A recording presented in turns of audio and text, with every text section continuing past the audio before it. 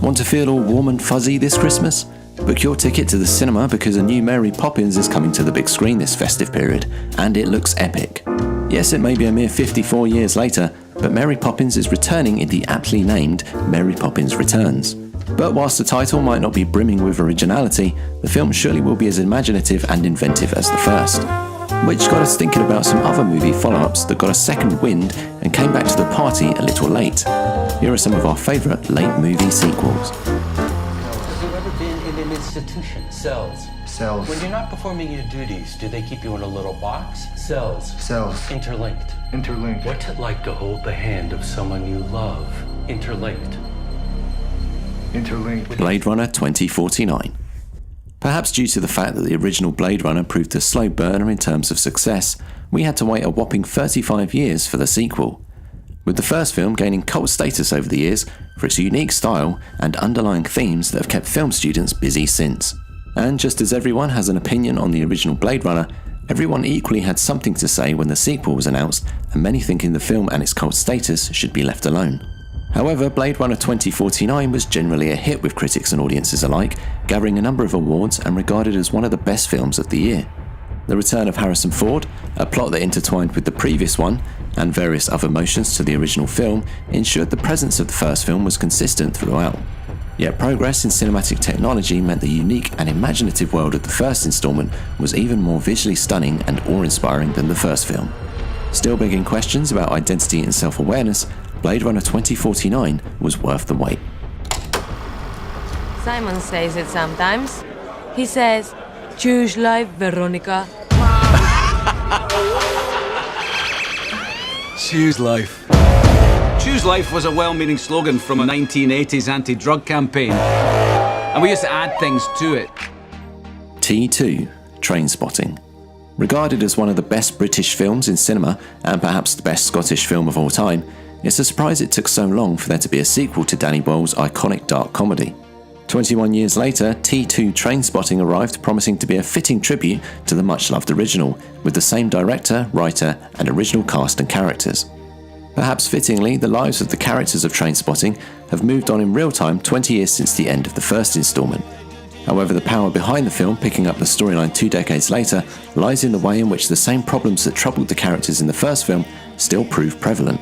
Whilst culture has evolved, T2 serves as a testimony to how 20 years hasn't changed Edinburgh substantially, and the issues of deprivation and addiction that were central to the last film are still going strong. So unlike many long-awaited sequels, T2 is not about the way in which cinema can modernise a movie, but more about how on a human level we make very little progress at all.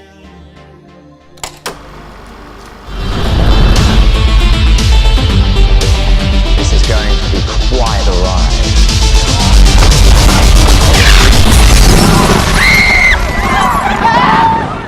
Tron Legacy.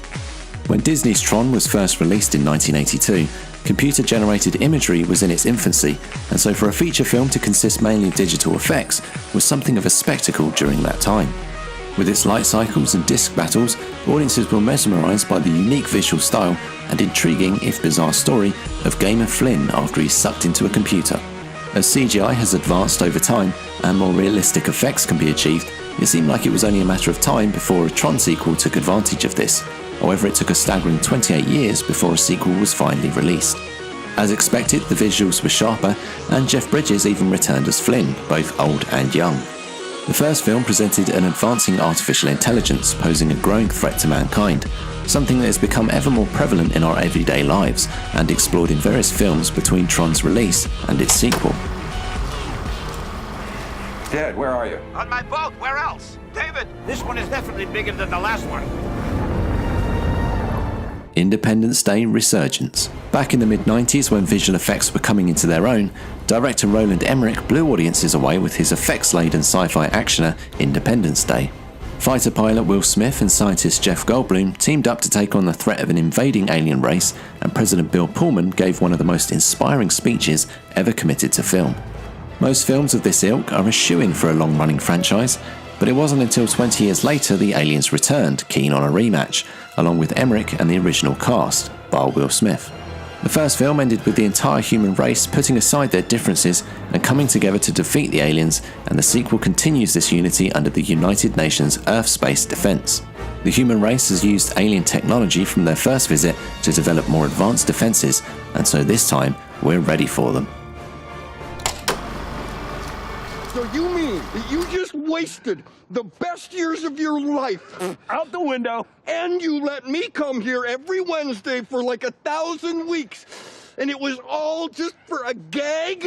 Uh-huh. That's awesome! I know. Dumb and Dumber 2. Brothers Bobby and Peter Farrelly are not ones to foray into sequel territory. However, the fans of one of their biggest critical and financial hits, Dumb and Dumber, were keen to see a return of the immensely stupid buddies Harry and Lloyd, played by Jeff Daniels and Jim Carrey respectively. It took 20 years for the fans to get what they were hoping for, and funnily enough, the film picked up the story 20 years later, as the moronic couple are reunited and Harry reveals he needs a donated kidney. What begins is a chaotic road trip of comical proportions as they try to track down Harry's estranged daughter in the hope she can donate hers. Dumb and Dumber was ultimately about enduring friendship and how these two like-minded, or should that be absent-minded, individuals find comfort in each other's company, and so in turn it's comforting for the audience to know their friendship has lasted all these years. Are there any late movie sequels you think we missed, or are there any sequels you're still hoping will happen? Let us know in the comments below, and as always, thanks for watching, and don't forget to like and subscribe.